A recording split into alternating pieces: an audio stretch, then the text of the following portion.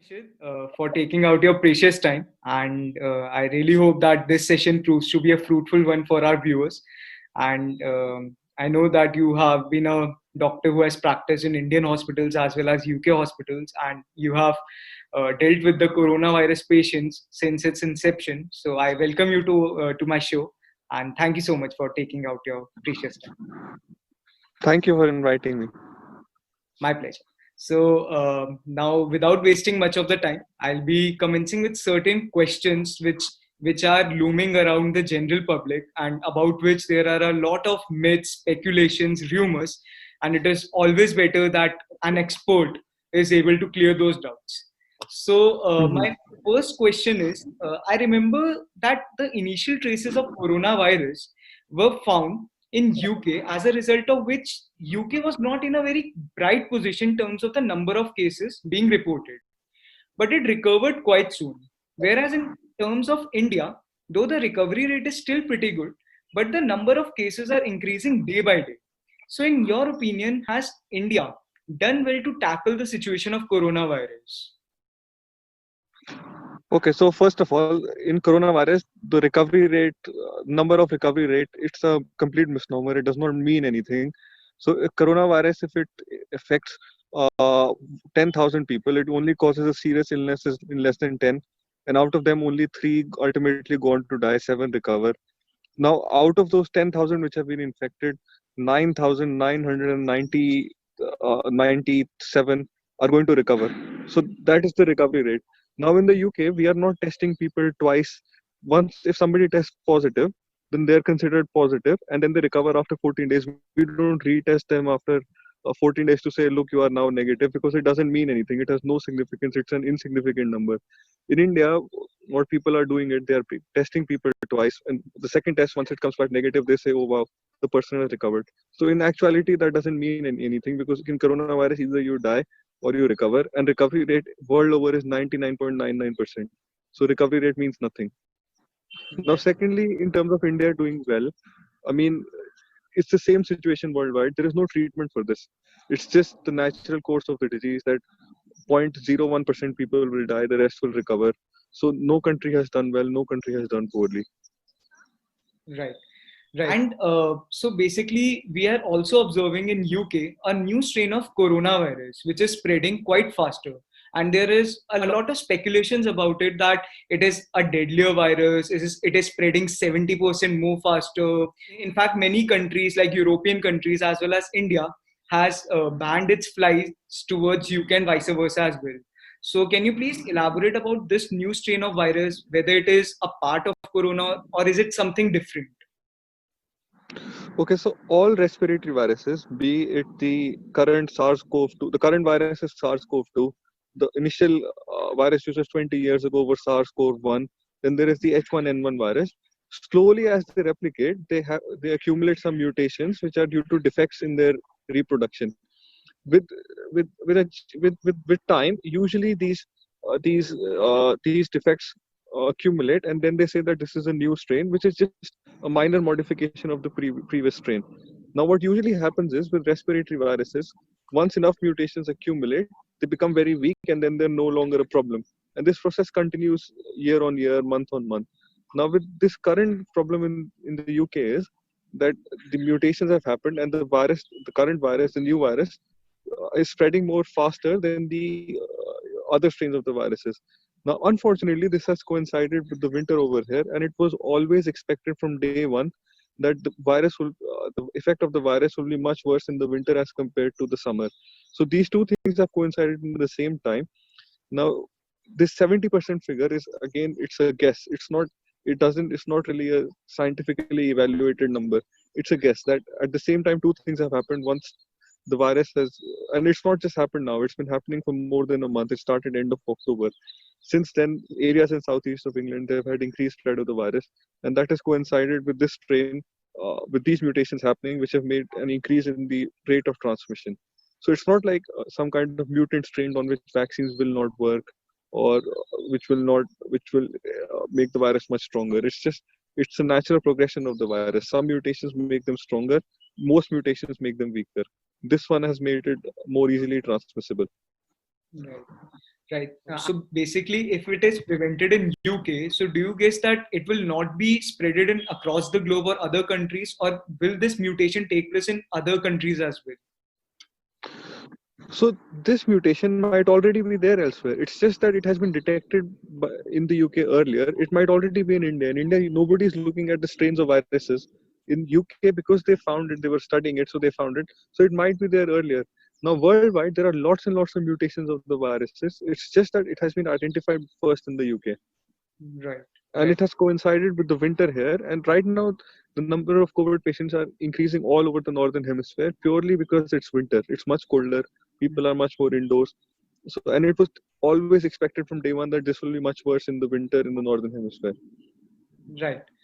And Dr. Nishit, can you please update the present situation about the vaccines? That is, which particular vaccine and which particular company's vaccine is being applicable in UK and other countries as well, and which vaccine is economically feasible, especially for countries like India? So the currently in the UK only one vaccine is approved, which is the Pfizer BioNTech vaccine, which is the mRNA vaccine, which is logistically quite difficult to distribute because it requires Antarctic temperatures of -70. In addition to that, in the US, another vaccine which has been approved is the Moderna vaccine, which happened just last Friday, which is also an mRNA vaccine, but logistically it's easier to distribute as the temperatures required are comparatively easier. Now, thirdly, there is an AstraZeneca vaccine, Oxford AstraZeneca vaccine, which is it's still in the trial phase. The problem with that vaccine is the efficacy has not been found to be more than 70%. So I do not expect that it will be approved soon. It might be approved, might not be, but not for it's not going to change anything in terms of the Pfizer vaccine being number one. Then there is the Russian Sputnik vaccine, which only Russia has approved. Nobody else in the world has approved. And now there is talk that AstraZeneca and Sputnik are going to combine their vaccines and then they're going to test it, but that might not be available for months. And then there is a Chinese vaccine by the name of Sinovac, but nobody believes anything from China now. So the only vaccines in the market right now in the Western Hemisphere, Western countries are the Pfizer one and the Moderna one. The Pfizer one has been approved in almost most Western countries, and I had that vaccine a week ago. And the vaccine that you had, is it a one dose or it should be taken twice or thrice in a month? So how does it work? So it's two doses, one which I had last week, and then another one which I will have 21 days after the first vaccine. Okay. And do you need to take any precautions while during these days of taking No, vaccination? nothing. Oh, Absolutely nothing. Like any other vaccine, it's just an intramuscular injection. Your arm might be painful for a day, but other than that, nothing. nothing. And hundreds and hundreds of people. I mean, I know hundreds of people who've had it, no problems at all, no precautions. Right. And as an expert who has been treating coronavirus patients since quite months now, do you think this virus or the traits of these virus is belonging to a man-made virus? No, it's a natural virus. Okay, because a lot of It's a speculation natural that virus. it's a laboratory made virus. So what's But your view? speculation is endless. I mean, the problem with the world in 2020 is that there is too much noise and very little substance. It's a completely natural virus. It might not have even come from Wuhan. The Chinese were good enough to identify it. They were the first to identify it. And identifying a new virus takes a long time, but they did it within a month, which is all credit to them. All vaccines which are available today are only available because the Chinese were able to identify the RNA of the virus, and they were able to identify that, look, this is exactly the brother of the virus that came 20 years ago. So all credit to them. But no, it's not a man-made virus. It's a completely natural virus. Right, and I'm very sure that this very fact was really important to be cleared because a lot of hatred is being developed, and a lot of, as I said, rumors and speculations are there that China had this intention to spread across the globe. So thank you so much for clarifying that also. So that's all nonsense. So, my last question for this interview now. Many people are scared to take vaccines, thinking that these vaccines are not safe, etc. In fact, the health ministry in both UK as well as India and the Prime Minister of Australia have provided the fact that this vaccination or taking vaccination shall not be compulsory. Even some celebrities have also told that they will not be taking the vaccinations. So, your message to all those people who are really scared of taking vaccines, thinking that it will affect them badly, or distrusting the science or the medical knowledge behind these vaccines, your message on I mean, it's up to nobody can force anybody to for taking a vaccine, but obviously anybody, my immediate family or me or anybody I know, I would be recommending them to take the vaccine because it has been proven to be safe. It has been proven to be effective, and there is no substance in the world which has absolutely no side effect or absolutely no risk of allergies. But this vaccine has been tested than more than most other substances, either medication or food or anything. In the UK, there were a lot of people who were making noise that I won't have the vaccine. In the end, everybody is queuing, trying to find a way to get the vaccine early as possible. So a lot of people make a lot of noise, but when the time comes, everybody will take it. I don't think that will be a problem. it. Right. And what do you suspect about the coronavirus situation being completely over? By which year? Any speculation in regards to that? So if the vaccine works and everybody gets vaccinated, hopefully by the middle of next year, this problem should go away. If Right. the vaccine doesn't work, or if the virus keeps on mutating, and then this will be a lifelong problem. This problem will never really go away completely. Okay. So let's keep our fingers crossed then that the vaccinations are successful. And thank you so much, Dr. Nishitsud, Sure, for taking sure. out your valuable time.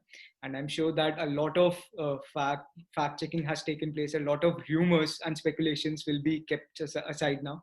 So thank you so much. Stay safe, and a big salute to all the frontline workers. Thank you. Okay, thank you very much. It was Dr. Nishit Sood, and I really hope that every person who is watching this interview is quite clear about the various doubts which may be arising in our mind, whether it is in regards to the man-made virus, whether it is in regards to the vaccinations, whether it is in regards to the safety measures in terms of these vaccines, or any other plethora of doubts which may have arisen. So this is Kuber Mahajan, and I hope that this interview proves to be a valuable asset in your life. And I will be coming with more interviews with many more professionals from different fields. So stay tuned to my channel, subscribe, like, share, and comment your views. Thank you.